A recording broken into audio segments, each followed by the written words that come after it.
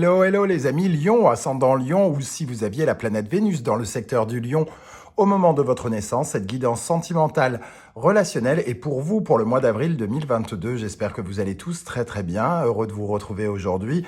Bien sûr, on va parler d'amour, mais pas seulement, puisque tout le monde n'a pas de vie amoureuse.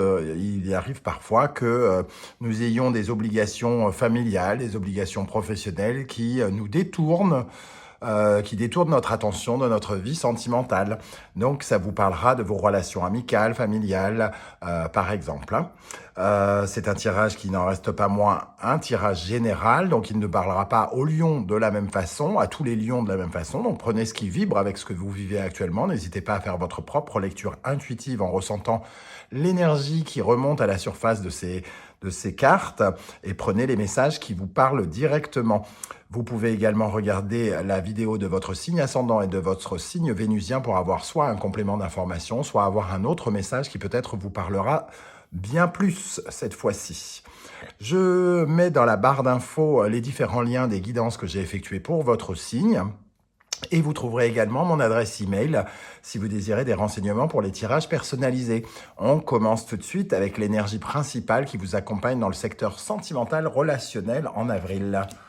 Et nous avons la papesse inversée. Alors la papesse inversée, elle peut nous parler de pas mal de choses. Il peut se passer des choses, entre guillemets, que vous ne soupçonnez pas avec cette papesse inversée, puisqu'on nous parle d'événements qui se passent secrètement, hein, et peut-être secrètement, mais peut-être de façon en plus négative. Ça peut être aussi la présence d'une personne hypocrite ou quelqu'un qui n'est pas forcément bienveillante, hein, et qui cache un peu son jeu ici, hein, cette papesse.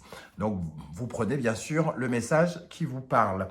Avec cette papesse, en tout cas, il est clair qu'il y a des choses qui mériteraient d'être découvertes, hein, parce qu'il y a avec cette... il y a de la dissimulation.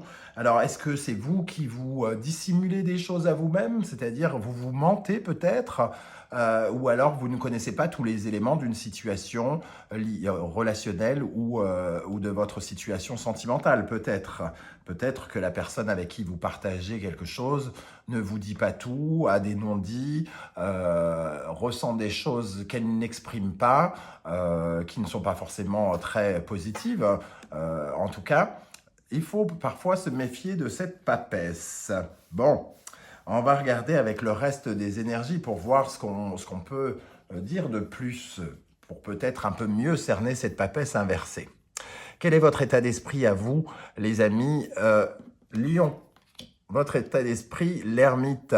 Vous êtes un peu à l'écart, vous vous tenez à l'écart, en retrait, comme si c'était un temps de pause, une prise de recul pour réfléchir sur votre vie sentimentale, vie relationnelle. Peut-être que vous avez besoin d'un petit moment de solitude ou alors c'est un moment de solitude imposé. Vous vous retrouvez peut-être seul actuellement pour quelque raison que ce soit.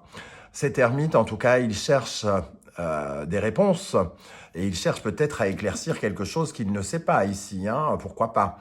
En tout cas, il essaye de regarder dans son passé, dans son expérience, dans son parcours, ce qu'il peut en tirer comme leçon et essayer de raisonner avec beaucoup de sagesse. Bon, alors, on va ajouter une énergie sur cet ermite pour vous, les lions. Dans le domaine sentimental, relationnel, au mois d'avril 2022, qu'est-ce qu'on a avec cette ermite?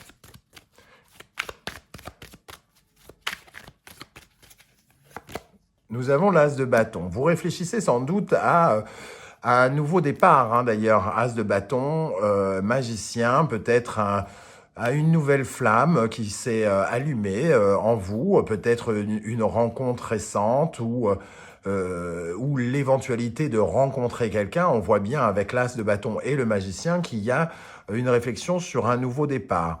Mais peut-être ne connaissez-vous pas certaines choses, soit sur la personne que vous convoitez, ou soit sur... vous n'avez peut-être pas analysé exactement tout ce qu'il fallait analyser avec cette papesse et vous avez peut-être loupé quelques détails, par exemple, hein.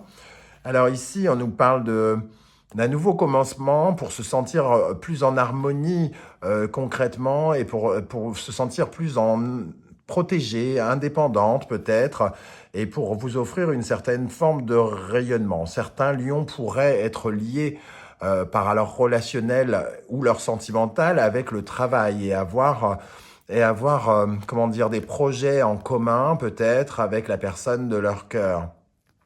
Mais on voit ici que le passé est toujours un peu sur votre dos, entre guillemets, hein. Il y a quelque chose du passé qui est toujours là, à rôder, et qu'il va falloir peut-être changer de point de vue.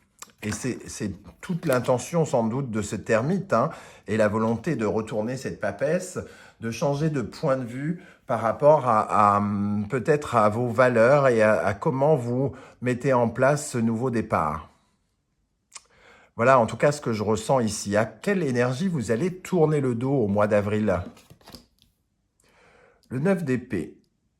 Alors, le 9 d'épée, c'est une carte, comme on le voit, où on sent que cette jeune fille est extrêmement apeurée par quelque chose. Et elle peut nous parler de paranoïa, justement, de peur profondément ancrée, peur de se retrouver seule, peur d'être abandonnée, peur de ne pas séduire, de ne pas plaire, des sortes de convictions limitantes comme ça, et de pensées négatives qui vous submergeaient, hein. Et j'ai l'impression qu'ici, votre réflexion commence à entrevoir le début d'une solution avec cet as de bâton, et vous commencez à tourner le dos à cela parce que justement, vous cherchez sans doute des réponses à vos peurs, des réponses que vous trouverez probablement dans votre parcours et dans votre sagesse et surtout dans la volonté d'avancer. Un peu, en faisant le premier pas, vous allez commencer à vous écarter entre guillemets de ce 9 d'épée. Qu'est-ce qui vient vers vous ici? La justice et le soleil. Alors justement, ici, on pourrait tout à fait imaginer que ce que vous ne savez pas ici, ce qui vous manque comme élément peut-être, un élément clé peut-être, c'est que justement vous pourriez découvrir avec la justice et le soleil des nouveaux éléments qui vous permettront de prendre une décision plus équilibrée et plus objective. C'est-à-dire que il vous manque ces éléments qui aujourd'hui obstruent un peu votre champ de vision, et on voit que ce soleil, c'est un peu un éclaircissement, un éclairage nouveau qui vous permet de prendre des décisions plus fermes, plus équilibrantes pour vous, plus épanouissantes, comme si avant cette décision était difficile parce qu'il vous manquait comment dire, des éléments de réponse peut-être, hein, quelque chose comme ça. Pour d'autres, ici, on peut parler avec la justice et le soleil d'une personne qui est en face de vous, un peu froide.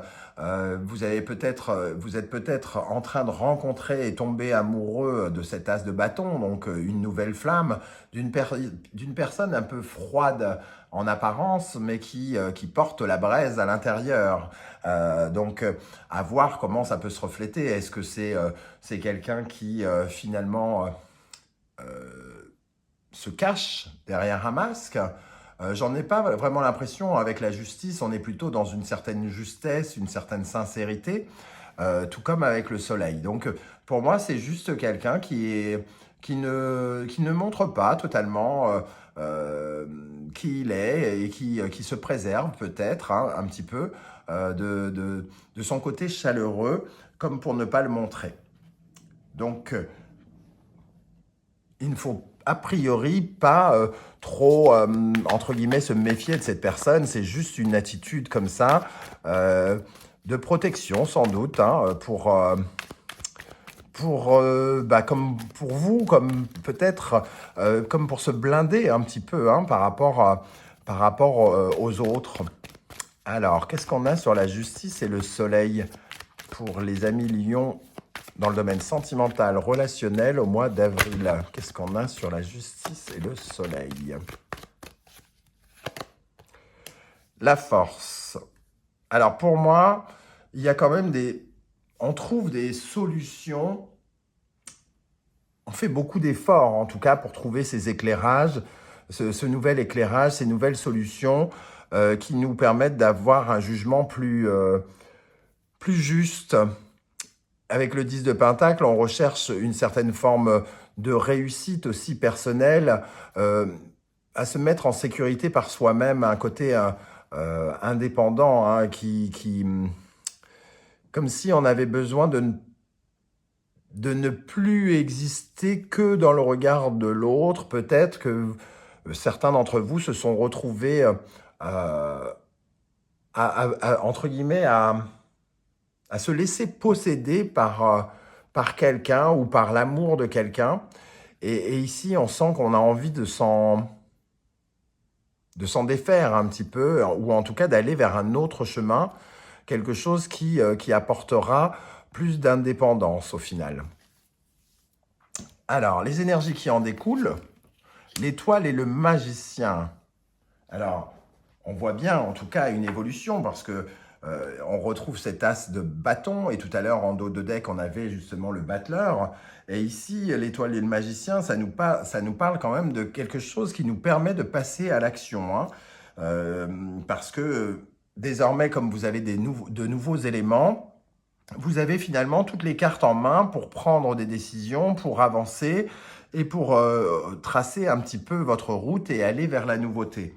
Il vous manquait peut-être des éléments sur quelqu'un, peut-être avez-vous fait une rencontre de quelqu'un et que vous ne saviez pas que je ne sais pas, qu'il était déjà marié, casé ou quelque chose comme ça. Et désormais, vous allez pouvoir, en toute connaissance de cause, prendre vos décisions et acter quelque chose, avancer vos pions à vous et décider de ce que vous faites. Alors, en tout cas, c'est comme ça que je le ressens ici. L'étoile, avec l'étoile et le magicien pour les lions, au mois d'avril, dans le domaine sentimental relationnel, qu'est-ce qu'on a avec l'étoile et le magicien? On retrouve ce 10 de Pentacle, hein, donc il y a vraiment une envie d'indépendance, de réussite personnelle et surtout une vision différente. C'est un peu comme si on regardait la situation de façon tout à coup nouvelle, avec un regard peut-être plus détaché, avec un peu plus de recul. Ça nous permet en tout cas de regarder les choses différemment. On se rapproche, entre guillemets, de sa propre abondance, de sa capacité à créer l'abondance, à attirer les bonnes choses. Parce que quand on dit abondance, forcément, ça peut faire peur. Et ici, il peut être question aussi, avec ces énergies de l'étoile magicien et 10 de Pentacle, peut-être d'un legs, hein, c'est-à-dire qu'on hérite finalement, par les circonstances, de capacités humaines nouvelles. L'étoile, c'est quand on est entre guillemets, totalement honnête, sincère, naturel, et qu'on est dans notre simplicité, dans notre plus simple appareil, entre guillemets. Donc c'est un peu comme si vous gagniez en humanité, comme si vous aviez gagné quelque chose qui vous permet d'être plus riche en vous-même. Donc il y a un éclaircissement ici qui vous permet véritablement d'enchaîner une action derrière, hein. Quel est le conseil du tarot? La mort. Il y a des choses à laisser derrière vous. Il y a des choses qui doivent se transformer. Et on doit prendre conscience avec cette maison de Dieu en dos de deck. Il y a des prises de conscience, hein, ici. On prend conscience de quelque chose avec peut-être de nos désirs qui ne sont peut-être plus en adéquation avec certaines personnes et à qui il va peut-être falloir tourner le dos, par exemple, avec cette mort. En tout cas, il faut amorcer un changement radical. Il va falloir accepter ce changement parce qu'il est irrémédiable. C'est une transformation. Vous ne pouvez pas rester tel que vous étiez, il y a quelque chose qui est en train de se métamorphoser en vous. Alors, et ça peut être un peu bousculant parce que la maison de Dieu, elle a un côté un peu inattendu quand même, hein. L'impératrice et la grande prêtresse, pour conclure, on a des énergies très féminines déjà. Alors soit vous êtes très entouré de femmes, si vous êtes une femme vous-même, et peut-être si vous êtes un homme aussi. En tout cas, ici, on peut reparler peut-être d'une compétition entre deux femmes, hein, pourquoi pas. Certains ou certaines d'entre vous sont peut-être confrontés à un triangle amoureux et il y a peut-être une compétition et il y a peut-être quelque chose qui est en train de se transformer dans cette compétition.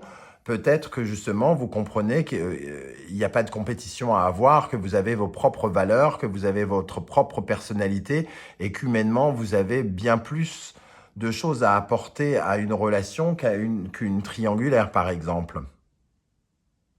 L'impératrice et la grande prêtresse aussi, les deux cartes sont symboles de fécondité, hein, parce que ici on a la mère, ici on a la femme féconde.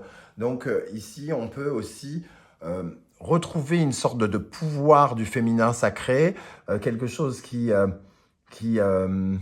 comment dire, qui vous permet et qui vous donne envie de recréer des choses, de recréer votre monde, de remettre en route des choses peut-être que vous aviez laissées de côté, comme si vous retrouviez votre pouvoir un peu de séduction, votre pouvoir de domination, votre pouvoir de protection,